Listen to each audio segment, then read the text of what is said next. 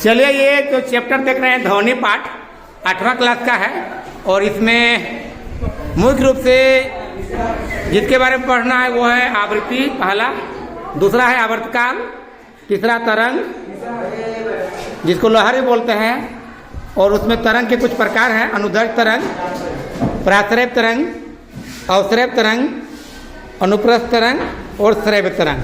तो ध्यानपूर्वक सुनेंगे, समझेंगे कि आवृत्ति क्या है। आवृत्ति का मात्रक ऐसे हर्ट्ज होता है, लेकिन आवृत्ति जो है एक भौतिक राशि है और यह जो है एक सेकेंड में कोई दोलक जितना बार दोलन करता है, एक सेकेंड में जितना बार दोलन करता है, एक सेकेंड में किए गए दोलनों की संख्या को क्या कहते हैं, आवृत्ति। तो एक सेकेंड में जितनी बार दोलन करेगी, या इसको हम लोग कह सकते हैं कि एक सेकेंड में किए गए दोलनों की संख्या को आवृत्ति। तो इसमें आवृत्ति का परिभाषा क्या होता है, फॉर्मूला होगा, परिभाषा के साथ साथ फॉर्मूला भी जानना जरूरी है। तो आवृत्ति बराबर होता है 1/, आवर्तकाल। तो इसमें क्या है कि आवर्तकाल का भी परिभाषा जानना पड़ेगा। अब आवर्तकाल में आएंगे तो आवर्तकाल क्या है। आवर्तकाल यानी टाइम पीरियड।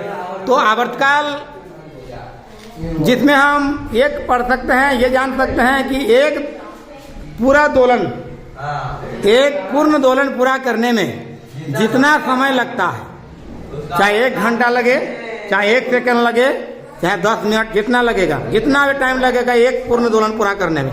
मान लीजिए कि हम एक दोलक बनाते हैं,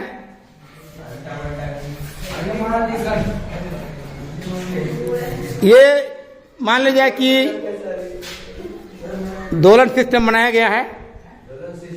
ये धागा के साथ एक पदार्थ, भारी पदार्थ को बांध के हिला के छोड़ते हैं, तो ये यहाँ से यहाँ पहुँचता है और यहाँ से मान लें कि वस्तु यहाँ पर निकाल ला के छोड़ते हैं यहाँ से, तो यहाँ से यहाँ जाने के बाद और फिर यहाँ आता है, तो ये पूर्ण दोलन होता है। तो ये पूर्ण दोलन पूरा करने में जितना समय लगेगा वह एक आवर्तकाल कहलाता है, एक आवर्तकाल।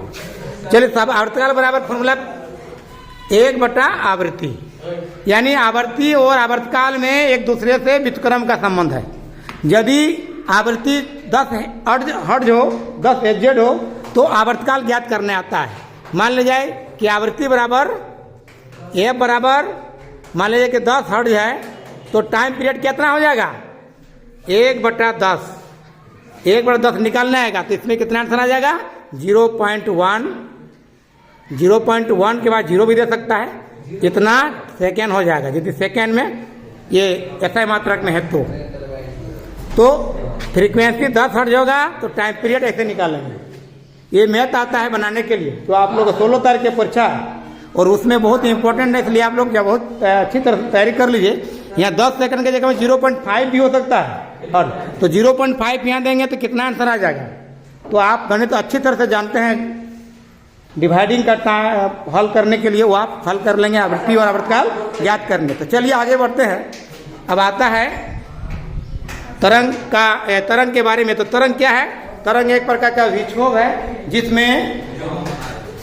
जिसमें पदार्थ के कण या तो आगे पीछे दोलन करते हैं या ऊपर नीचे दोलन करते हैं। या तो आगे पीछे, मतलब यहाँ जैसे हवा में उत्पन्न ध्वनि तरंग, हवा में उत्पन्न ध्वनि तरंग आगे पीछे करती है, और पानी में उत्पन्न ध्वनि तरंग ऊपर नीचे करती है। तो इस प्रकार तरंग के बारे में समझ गए होंगे कि तरंग एक प्रकार का विक्षोभ है जो आगे पीछे या ऊपर नीचे पदार्थ के कण दोलन करते हैं। अब आगे आते हैं हम लोग। तरंग का प्रकार है अनुदैर्घ्य तरंग।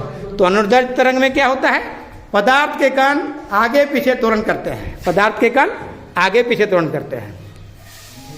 और प्राश्रय, अब यहाँ आते हैं अनुदैर्घ्य तरंग में आगे पीछे हो गया।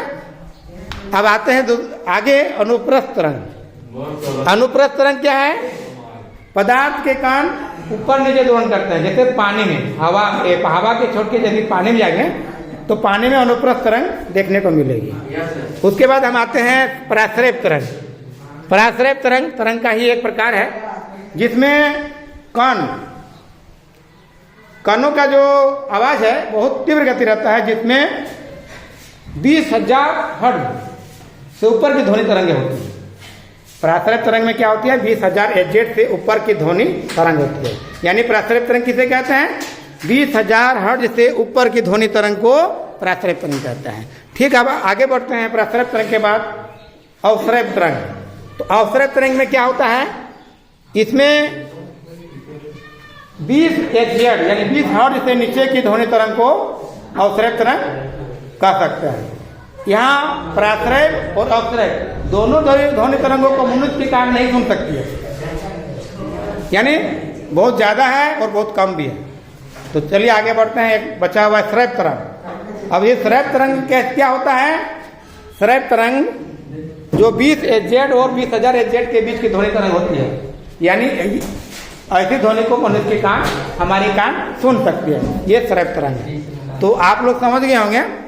जो नहीं समझे होंगे वीडियो को देखते रहेंगे, समझ जाएंगे। क्योंकि एक चीज को एक ही बार में नहीं समझ सकता है, एक क्लास में नहीं समझ सकता है, उसको बार बार देखिएगा, रिवीजन करते हुए देखते रहेंगे। स्क्रीनशॉट मार लीजिए क्या क्या वर्ड्स है, और उसको या इस वीडियो को आप फिर से सुनेंगे तो समझ में आ जाएगा। चलिए, थैंक यू।